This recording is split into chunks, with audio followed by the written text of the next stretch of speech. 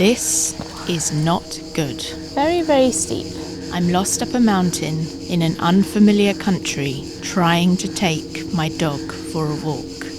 Really worried about, I keep going up, but how am I going to get down? No one knows I'm here. I don't even really know where here is. Suddenly, this whole idea seems very, very stupid.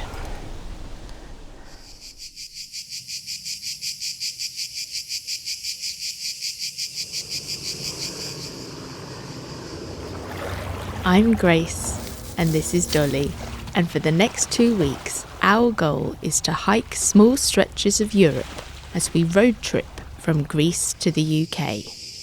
Normally, I would have spent weeks making a huge plan, but right now, I have no idea where we're going because this time, I'm putting our adventure almost entirely in the hands of an AI.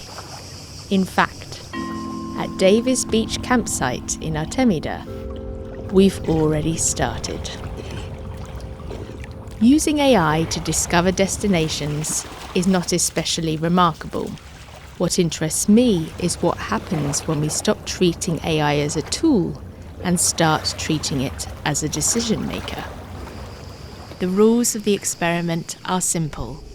I choose the direction and how long we drive each day. The AI chooses where we hike and where we sleep.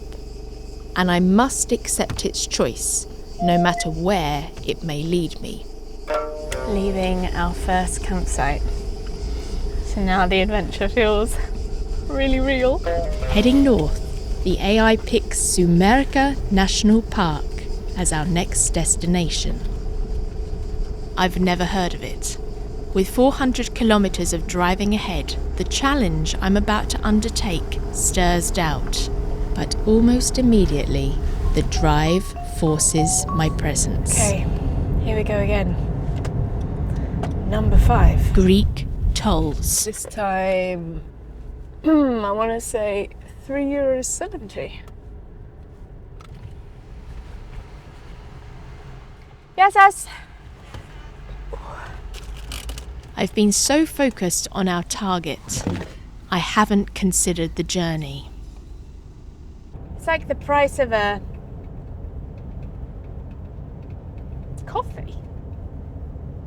It's actually like I've had 5 coffees in 2.5 hours. Is it a deterrent? Do they not want me to be driving on these roads?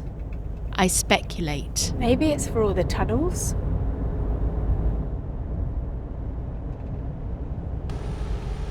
As I pass over another €2.60, I wonder if there was an alternative route. Or a place that would avoid this price for freedom. Yes. My brain, struggling to accept I'm no longer in control. 2 minutes ago I paid a toll. I crossed a bridge. Now I'm at another toll. Resistance. Yes, hello. I think that just cost me €15.70. What am I missing? Hi. Card, please. He thinks there's tolls every 70 kilometres. That was 3 within 10 minutes. I actually start to think someone's punking me. They're not. I would later learn that Greece has over 2,000 kilometres of motorway toll roads built by private companies who are allowed to make a profit through tolls for a period of years. Greece isn't the only country doing this. But unlike other European neighbours which offer a one-time digital payment, Greece keeps the plazas, forcing you to keep stopping and paying, and frankly, feeling a bit like a schmuck. I mean, it's getting beautiful out here though. If this is what I have to pay to access these views, then I'll pay it. Are you holding up, Doll? She's also thinking, all of these tolls and none of them getting me trucks. With less than 70 kilometres to go and 10 tolls down, the landscape shapeshifts as the mountains of Sumerca, our destination, start to take shape. At last we reach our AI choice for the night, Frasta. Night falls shortly after arriving, and with it the campsite, Via Natura, reveals one of this region's biggest attractions.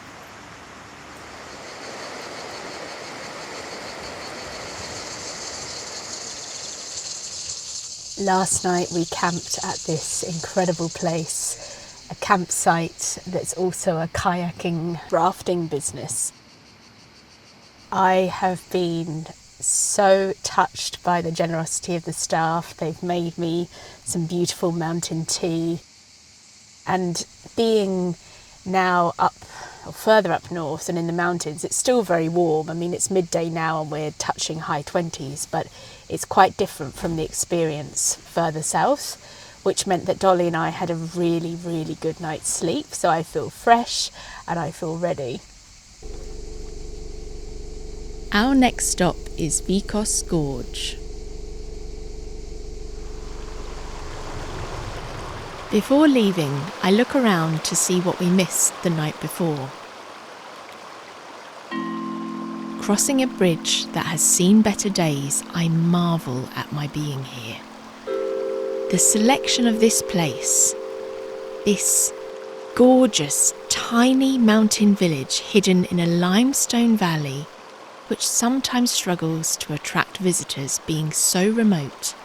This is where the AI recommended. Look at this place. Did we like it, Dolly? Did we like it here? Dolly loved it here. I tell the campsite owner we're heading to Vikos Gorge. She says she's never been and warns us to bring lots of water. We soon get lost in the luscious, inching higher in altitude. This is the Epirus region, Greece's most northern, least populated periphery, bordering Albania and Western Macedonia. A place where the different mountain ranges loom larger than I ever saw. Travelling upwards, the landscape becomes even more sublime. The only hint of human existence is the road and some small shrines.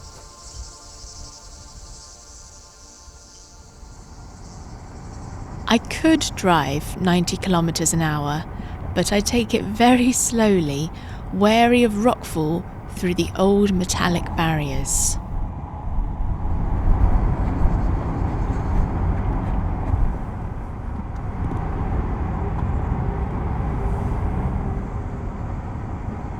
I found paradise, and it's in northern Greece. I pull over to take a closer look.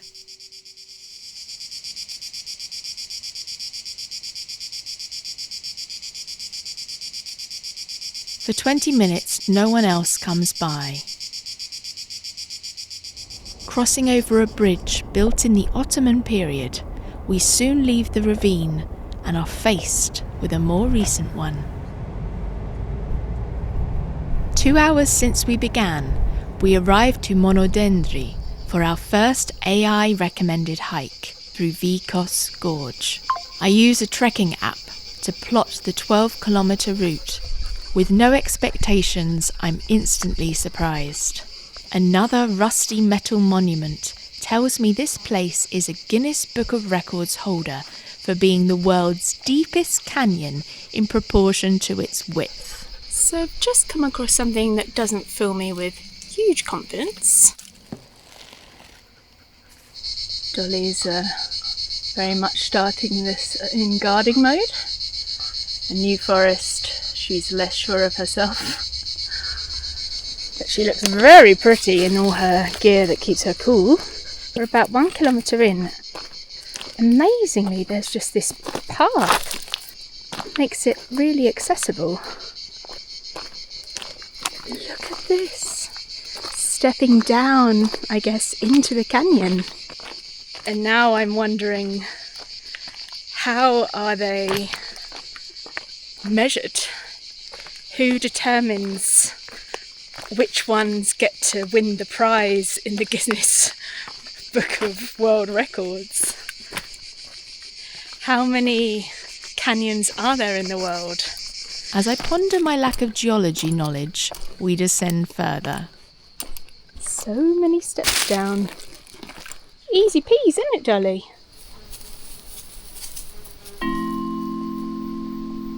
The air down below is deliciously fresh. The heat outside of the canyon dissipates as we bask in its shade.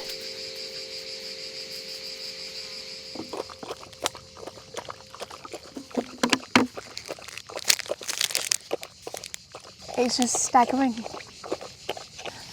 And I've been thinking how I'm really starting to get why the ancient Greeks came up with gods. It's like you'd want to have this beauty explained. You'd want it explained because it like catches you in your tracks.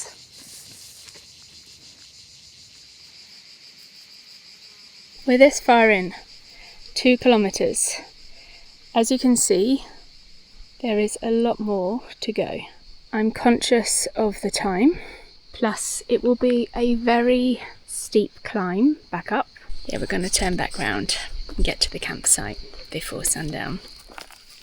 I'd like to be able to do more, but I'm very grateful for what we've already done. And maybe we'll come again, and maybe we won't. But I feel very fortunate for learning about this wonderful place and this phenomenal area of Greece more generally. Its national parks are honestly quite a revelation.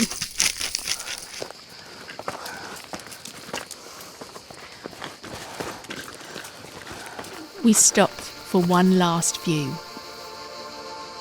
Across our 3-hour hike, we met only 2 people. I never asked ChatGPT to take us somewhere secluded, yet somehow it led us to places that feel almost forgotten.